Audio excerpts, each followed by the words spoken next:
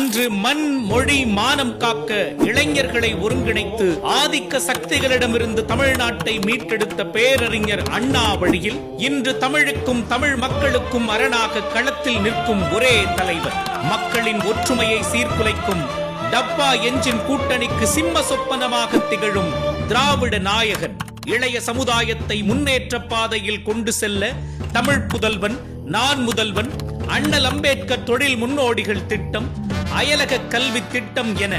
எண்ணற்ற வாய்ப்புகளை உருவாக்கிய ஒரே தலைவன் வழியில் தமிழ்நாட்டை அதல பாதாளத்தில் தள்ள நினைக்கும் நரிக்கூட்டத்தை வீழ்த்த